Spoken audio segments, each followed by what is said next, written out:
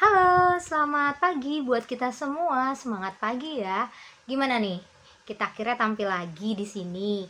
Kita menyaksikan lagi sesuatu yang baik buat kalian semua. Apakah kalian di rumah masih tetap sehat? Semoga kalian tetap sehat ya, dan tetap jaga kesehatan kalian dimanapun kalian berada. Nah, balik lagi nih kita di acara kita yang kita nanti-nantikan, Q&A bersama narasumber kita. Siapa? Tunggu dulu, sabar dulu. Kita akan nantikan sesaat lagi. Tunggu aja. So, don't go anywhere.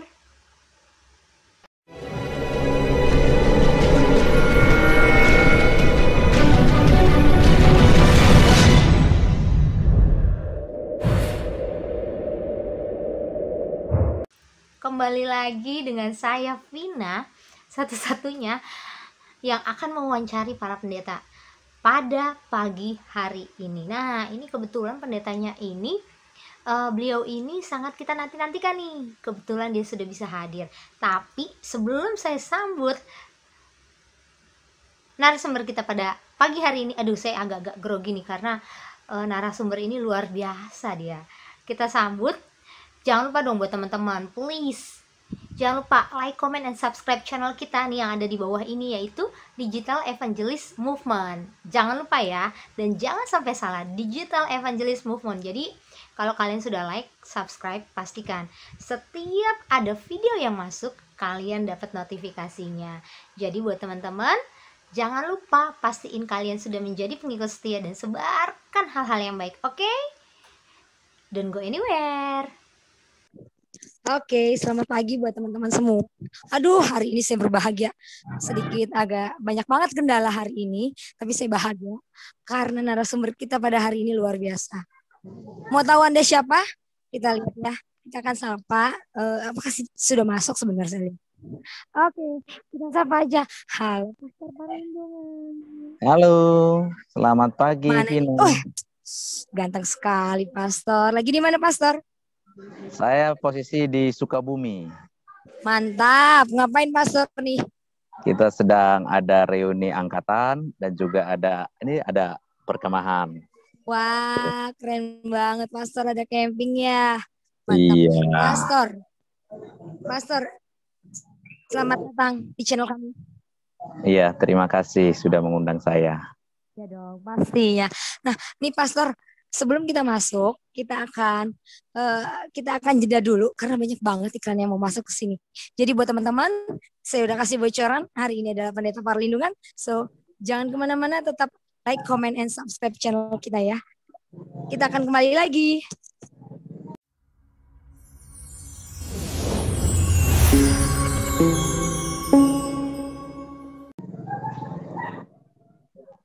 Oke, ketemu lagi dengan saya, Vina, pastinya di acara kita Q&A bersama Pastor Parlindungan Situmorang. Halo, Pastor. Halo. Ready ya? Iya, saya sudah siap. Pastor, kita langsung masuk aja. Ini pertanyaan yang mendasar banget sih sebenarnya di pendeta-pendeta yang ada. Seorang perlindungan. Ini mohon maaf saya sebut nama aja dulu. Seorang perlindungan pernah nggak kepikiran untuk jadi seorang pendeta gitu? Kecebur kah? Atau cita-cita kah? Saya tidak pernah bercita-cita jadi pendeta. Bisa saya ceritakan ya? Kerinduan saya. Oke. Sebenarnya karena background saya itu di pedalaman yang paling dalam. Kalau pulang dari sekolah itu SMP, SMA saya ngekos. Kalau harus pulang kampung itu jalan kaki kurang lebih 11 km. Jadi jam 9 malam pulang nyampe di rumah itu sudah biasa jalan kaki sendirian. Nah, saya setiap perjalanan kaki itu saya selalu katakan dalam hati, saya akan jadi orang sukses, saya mau jadi pengusaha, saya mau mengubah hidup saya, tidak mau tinggal di kampung ini. Ternyata Tuhan punya panggilan beda. Ketika saya kelas 3 SMA bulan 10, saya bisa berubah pikiran. Saya tidak tahu kenapa itu berubah pikiran. Yang dulunya pengen jadi pengusaha, tiba-tiba saya jadi pengen pendeta. Saya tidak tahu jawabnya kenapa. Nah, tapi bagi saya itu panggilan Tuhan khusus ya. untuk jadi pendeta dan tidak pernah bercita-cita jadi pendeta. Kira-kira begitu. Mantap. Kita akan kembali lagi. Itu sedikit bocoran. Kita akan kembali lagi sesaat lagi teman-teman.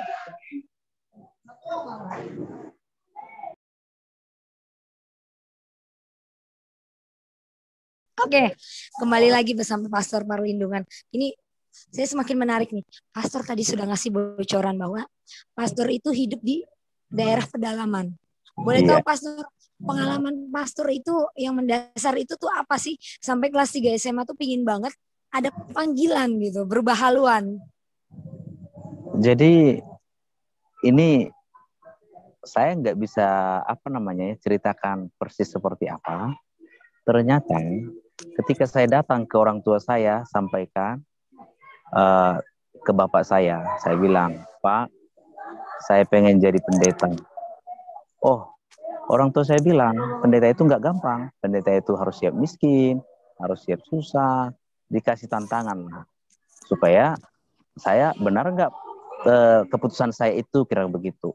Ternyata di dalam hati orang tua saya ini sudah sangat senang luar biasa. Kenapa? Karena mereka sudah lama meminta salah seorang anaknya jadi pendeta. Mereka sering berdoa supaya anaknya menjadi pendeta. Wow. Jadi saya itu jawaban doa dari orang tua saya untuk jadi pendeta. Wah, luar biasa.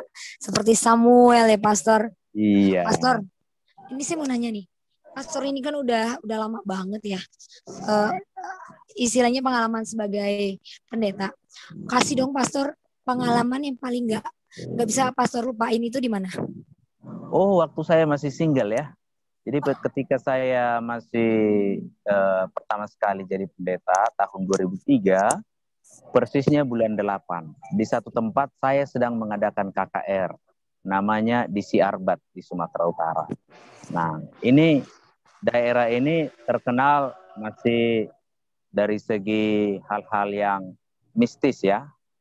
Jadi di sana sangat kental. Kami mengadakan KKR di sana, simpatisan sudah banyak. KKR ini kita adakan di wilayah non-Advent.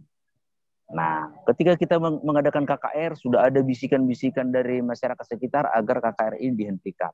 Pada malam ketiga, dibuatlah keputusan oleh masyarakat, tolong KKR ini segera diakhiri. Malam ini juga jangan dilanjut besok.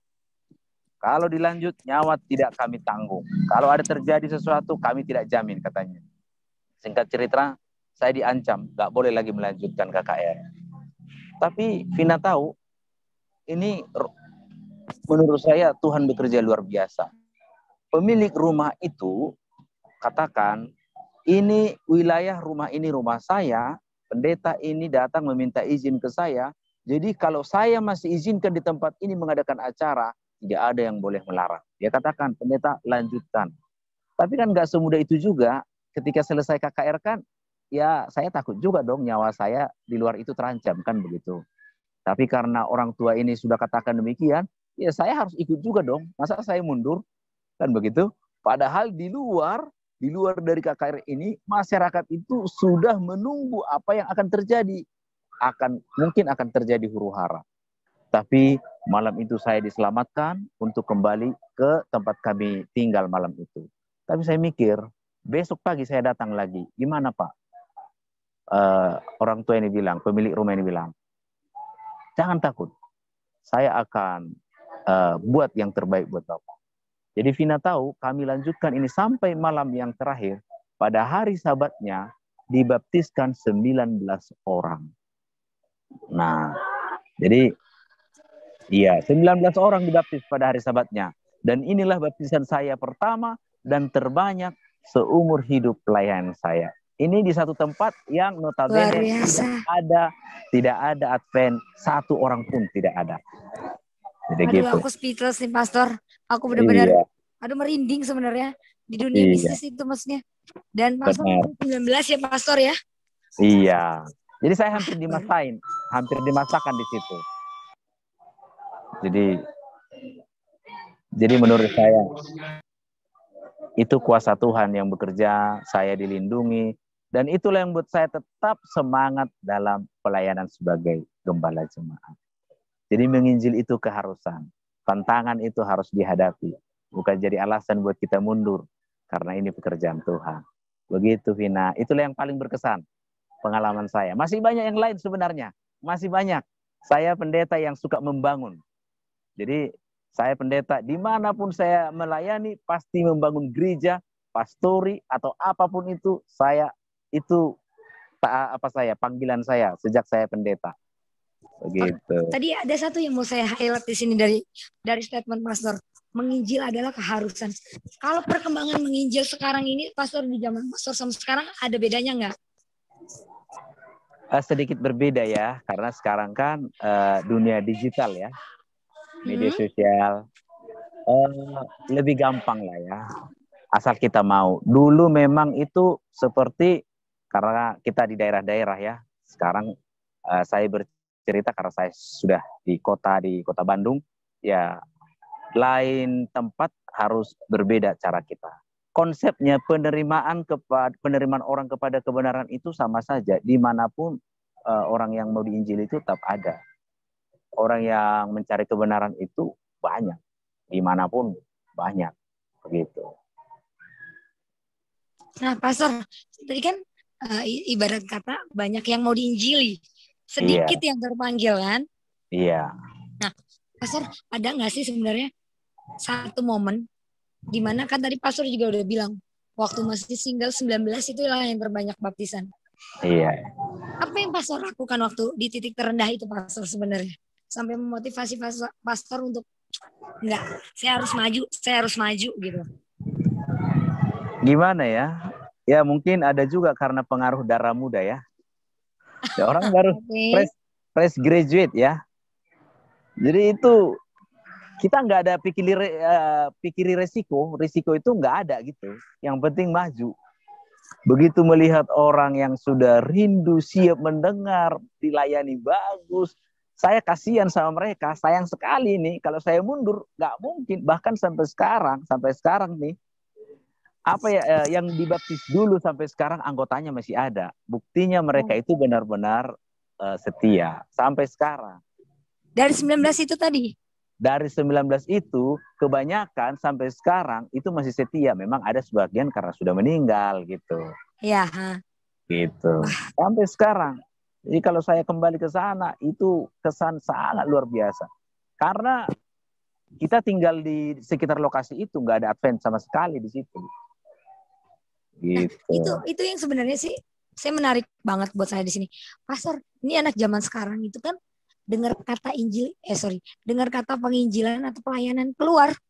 Ini kontroversi buat mereka. Agak kayak berat banget. Nah, sebenarnya kalau menurut Pastor, untuk zaman sekarang ini, penginjilan seperti apa sih yang harusnya sebenarnya bisa dijangkau oleh orang-orang muda di luar sana? Justru sekarang penginjilan itu lebih terbuka ya, karena media sosial lebih terbuka. Dulu itu mencari orang, mencari pengaruh, mencari kesempatan, momen yang penting itu sangat susah. Kalau sekarang anytime bisa, dimanapun bisa, karena sudah ada di tangan kita. Mau janjian dengan orang juga mudah, mau menghubungi seseorang juga sangat mudah terjangkau.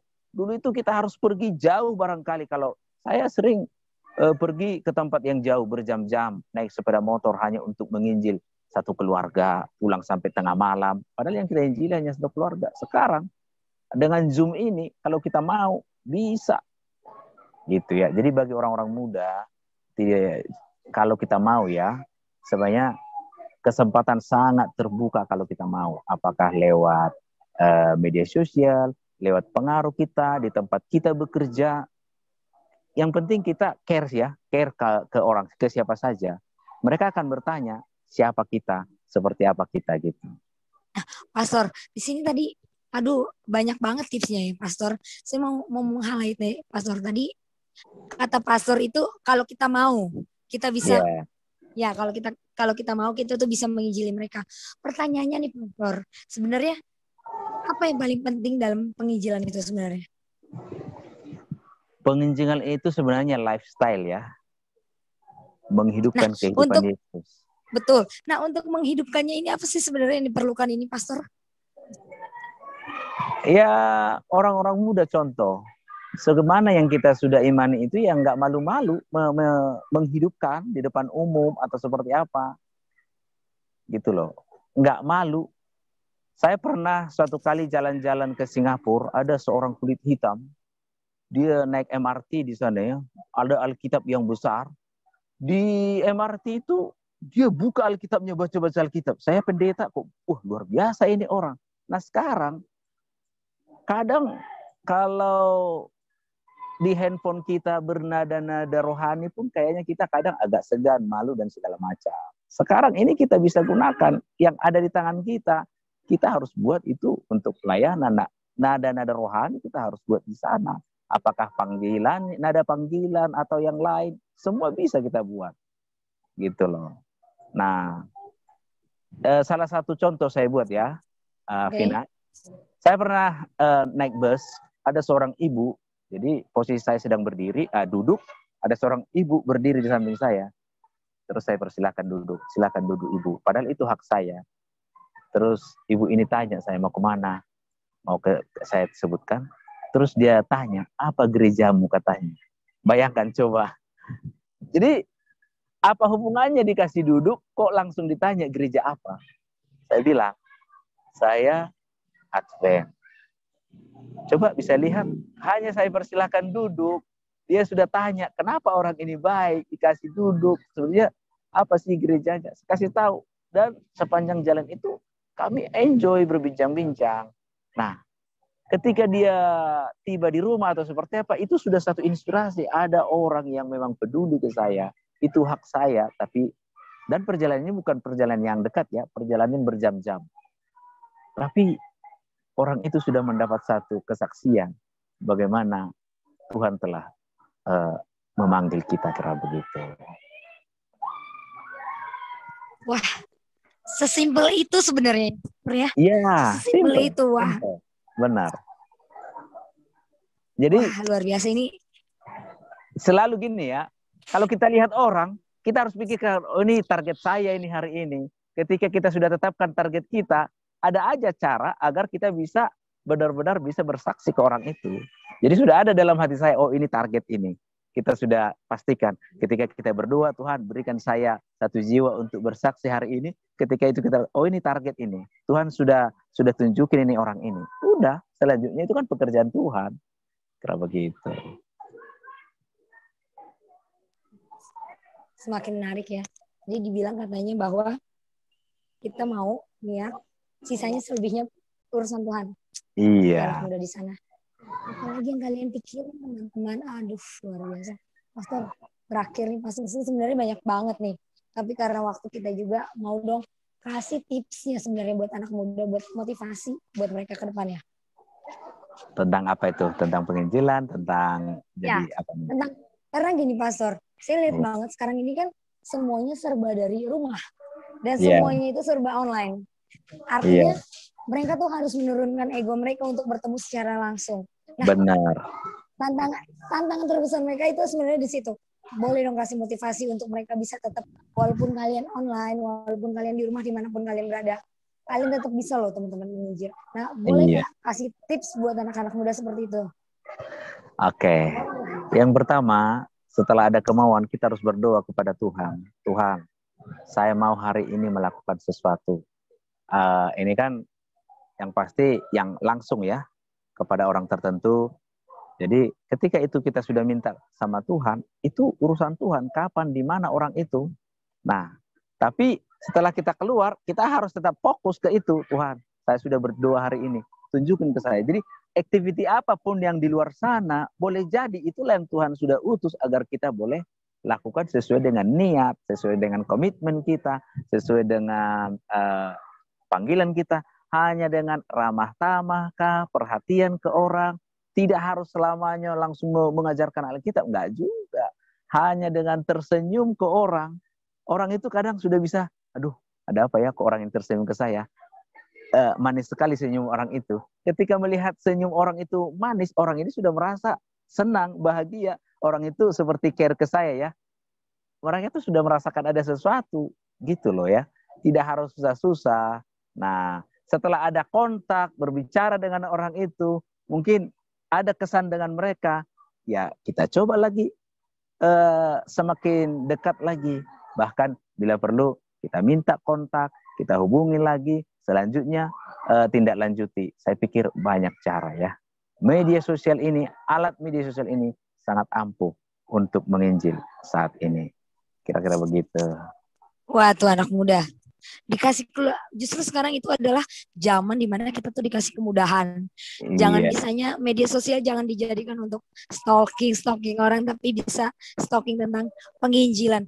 Nah, Pastor, tadi saya mau sekali lagi mengutip banyak banget rahasia yang Pastor udah share. Yang pertama adalah kita punya kemauan, yang kedua kita selain kemauan kita harus berserah kepada Tuhan dan konsisten. Nah, Pastor, mau dong dikasih closing statement buat anak-anak muda ini biar mereka tetap semangat. Baik, closing statement ya. Orang muda itu merupakan alat yang sangat ampuh menjadi pengaruh yang terbaik untuk memperkenalkan Yesus lewat lifestyle kita ya. Ciri hidup kita yang benar, ini harus kita pertahankan sebagai anak-anak Tuhan yang memiliki ciri tersendiri bahwa kita berbeda dari yang lain. Itu harus dipertahankan. Kira begitu Vina ya. Sebagai orang muda Kristen, kita berbeda. Senyum kita, cara berjalan kita, kehidupan kita harus tetap tunjukkan. Kita anak Tuhan. Kira begitu. Saya nggak heran sih. Saya nggak heran baptisan pastor ini banyak ya. Beliau selama wawancara sama saya itu senyum, tenang sekali pembawaannya. Memang sudah menjadi karakternya ya, sepertinya ya. Wah, luar biasa. Terima kasih banget ya Pastor ya. Jadi acara kita sudah sampai di sini aja Pastor. Saya pengen banget, sebenarnya banyak banget yang mau saya tanyain. Tapi karena waktu kita mohon maaf banget dan terima kasih banget nih Pastor sudah mau. Terima kasih Vina. Walaupun masih di camping sana ya. Iya Vina. Oke. Salam sama keluarga di sana ya Pastor. Oke, terima kasih. Coba kasih lihat Pastor suasananya Pastor. Boleh. Aduh, cakep banget. Ya. Aduh, mantap. Kita di tempat perkemahan. Oke, Pastor, terima kasih banget ya. Sama-sama. Dan ya, sampai ketemu di dunia offline. Oke. Iya, teman-teman, nggak kerasa ya waktu kita sudah mau habis nih. Dan aduh, banyak banget hal yang aku dapetin dari Pastor Parlin ini ya. Beliau begitu luar biasa membagikan amanat-amanat dan juga motivasinya kepada kita. Nah, buat teman-teman yang masih ada di luar sana, yang masih harus bergumul dari rumah atau juga harus dari kantor atau dari lapangan, tetap jaga kesehatan kalian. Jangan sampai kendor, jangan kasih masuk kita punya akal yang tidak sehat itu ya. Dan buat Pastor Parlin, aduh luar biasa banget. Jangan lupa di highlight, jangan lupa kita harus tetap semangat. Dan katanya Pastor Parlin, kalau kita mau melayani, jangan pernah ada kata kesusahan. Tapi ingat kata Pastor paling bilang, yang namanya pelayanan itu harus dari hati. Apapun hasilnya, kita tidak akan melihat kepada sesama kita, tapi yang kita lihat adalah Tuhan. Luar biasa ya teman-teman. Jadi sampai di sini nih acara kita. Dan Pastor Parlin luar biasa sekali. Semoga tetap sehat dan kita bisa ketemu di offline nanti ya, dimanapun kita berada. Dan buat teman-teman nih, atau buat para pendeta muda yang ada di luar sana, kalian tunggu invitation dari kami ya. Tetap bagikan semangat kalian dan jangan pernah menolak, karena akhir kata teman-teman, bagikan iman, sebarkan kasih, tetap setia sampai Tuhan Yesus datang ya. Oke, akhir kata saya Vina undur diri dan pamit. Salam sehat buat kita semua.